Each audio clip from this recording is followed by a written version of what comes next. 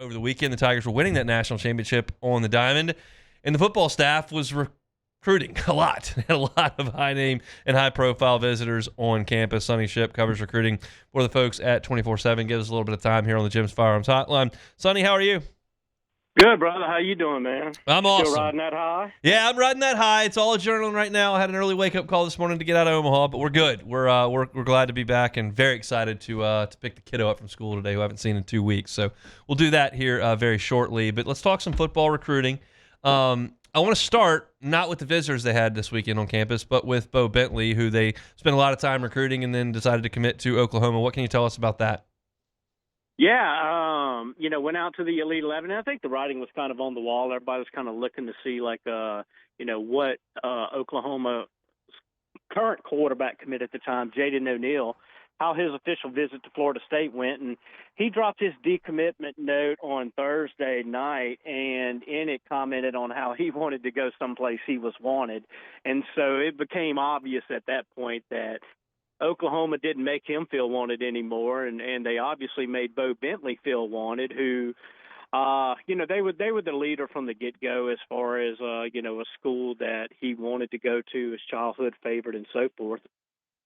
So he pulled the trigger on Friday and then showed up at Oklahoma for their big recruiting weekend, and that left Joe Sloan scrambling a little bit, but he pushed out an offer last night to a kid out of California, 6'2", 205 pounds, Bryson Bieber is his name. Fared well at the Elite 11, the same competition that Bo Bentley was at and so forth. And he was kind of looking at Oregon, looking at Ole Miss. Those were kind of the two schools that were on him the most. He took an official visit to Oregon this past weekend. And then Sloan extended the offer. So now I think we just wait and see, okay, is this kid willing to wait the next 37 days that we're in a current dead period? Does he wait that entire duration and then try to check out LSU in early August, or does he go ahead and pull a trigger, like a lot of these kids are going to do over the next coming days and weeks and month in July? So it's going to be interesting to see how that shakes out, and what direction Sloan ultimately goes in, which I think at the end of the day, I think that the final destination for quarterback for LSU in 2026 is going to be transfer portal. Yeah, I mean, they didn't sign a high schooler last year, and they don't have one committed now. So how big a deal is that? I think it becomes a big deal. I think it becomes a big deal when you look, if you look at it like I do, and that is you're going to lose Garrett Nussmeier. After this season right here, you've got two guys. You got Michael Van Buren and you got Colin Hurley. Both of them feel like that they should be the backup quarterback. How is that? How is the one who doesn't win number two, how is he going to handle all of this? And then come December when the transfer portal opens, does LSU not only lose Garrett Nussmeier to the NFL, but do they lose another quarterback? Then that puts you in a bind if you don't sign a quarterback in 2026, because now you're going into transfer portal shopping with one guy on the roster in that room. And I'm not counting Juwan Johnson, no disrespect to the kid, but he's just been shuffled all over the place to where it's hard to pinpoint him at any one position right now. But if you look at that scenario, then you could say, okay, you could be in a bind by not taking a kid in 2026. Yeah, I mean, that's the danger you have when you lean on the transfer portal and you swing and miss in the. But it also, and it also dates back to Bryce Underwood too. You really, you didn't sign. Once you didn't get Bryce Underwood, you didn't really recruit anybody else, so you didn't have a backup plan in 2025, and then you also weren't really all that concerned about 2026 because you knew there wasn't anybody in Louisiana. That was a no-brainer that you just had to go out and you had to offer.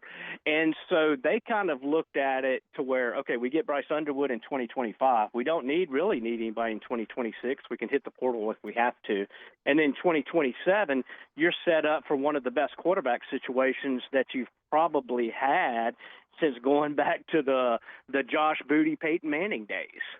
In Louisiana, and with Colton Nussmeier and all the ties that he has and the options that Sloan will have. So I think they kind of got caught in a situation like that, and it's just one more effect of of not signing Underwood.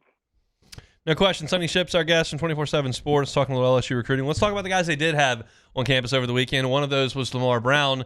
How close was he to potentially not coming, and kind of where does that stand with Texas A&M?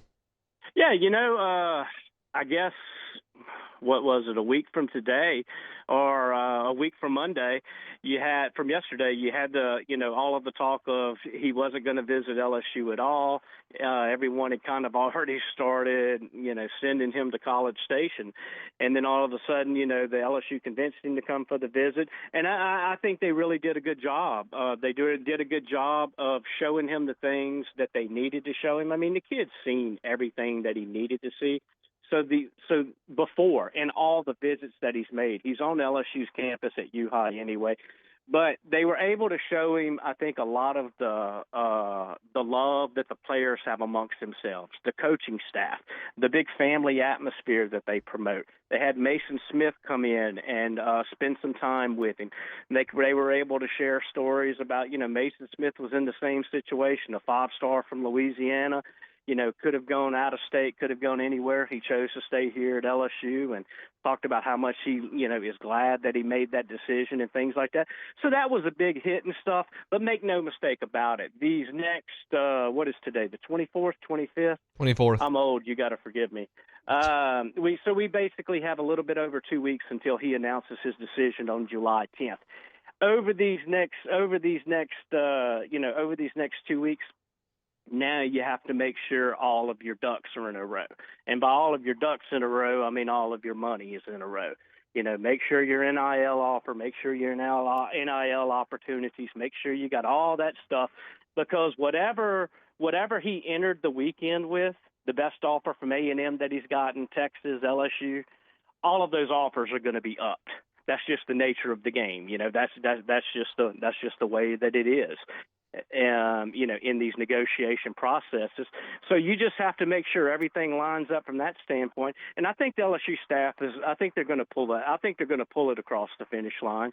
I think that, he's called LSU his favorite for so long and for so many times throughout the process. And there was a reason that he did. And, I think with everything being equal, I think that LSU's going to, I think that they'll get the job done and keep him home. Brown was not the only 5-star on campus over the weekend. Did LSU make some inroads to anybody else? Well, you had Tristan Keys who came in, and obviously the number one wide receiver in the country out of Hattiesburg, Mississippi, committed to LSU, but coming off a visit to Tennessee, he visited Miami this summer, took some other visits and stuff. And, look, when you talk about NIL and you talk about the number one player at any position in the country, maybe outside of kicker, punter, and long snapper, those guys are going to demand some hefty NIL deals. It's just supply and demand. And so whenever, with a guy like Tristan Keys, Miami's still after him, Tennessee's still after him, a lot of schools are still after him. But getting him on campus this weekend to hang with Jamari Mack and Kenny Darby, 2 more LSU commitments, they were really able to really tighten their relationship, get a lot closer. A lot of the talk about, we're going to be the best we're going to be the best wide receiver trio that LSU's ever had. That kind of talk. And so all of that stuff is good. That when you're sitting there and you start, you start going through the recruitment, listen to other coaches, their spills and stuff like that. The fact that you have those friends now at LSU, I think that within itself helped him and will, give LSU a little more ammunition when they have to stave off these other offers, down the stretch. You got a lot of commitment dates coming up, but you mentioned there's a dead period. So what's the calendar look like right now? The players can contact the coaches, but the coaches can't contact the players before they're being contacted. Is that it? The coaches can contact the players. They can still call and stuff. They can do they can do FaceTime. They can do all of that. The only thing that is not allowed is in-person contact on or off campus. Okay. So, Frank Wilson strolls into McDonald's. He sees Lamar Brown at the counter. He probably needs to just walk away, act like he's getting in his car, hide behind the dumpster, and wait on him to walk out. All right, I'm sure Frank will be on his P's and Q's over at the drive-thru. Sonny, we appreciate some time. We'll catch up very soon. Thanks. Absolutely, man. Have a good one, buddy. He's Sonny Ship with 24/7 Sports all over the recruiting side of things. This is a a wild time for college coaches trying to get these these guys committed and then trying to keep them committed, and it's just it's interesting. And I'm curious. Sonny did say there that he thinks that Lamar Brown will ultimately end up at LSU. Obviously there's a lot of confidence with the Texas A&M side at this point, but hopefully you can keep one of the best players in the country right there in your backyard moving forward in LSU. Put out their best foot forward over the weekend. One of the interesting pictures that came out of the weekend was, and I'm not even 100% certain the 3 players that it was, but 3 of the players had their moms go full uniform. Shoulder pads, helmets, football pants, cleats, the whole 9 yards. And it's kind of a trend-setting moment. With usually the players do the photo shoot. This time the moms did the photo shoot, which was, I thought, kind of funny. But it's just that's the kind of deal you gotta pull out all the stops with your recruiting, and then make sure your NIL is where it needs to be. Right. Hey, thanks for watching Hunt on LSU. Before you get out of here, do us a couple of favors. Hit that like button, leave your comments below, and subscribe to the channel for all your Fighting Tiger football talk. See you next time.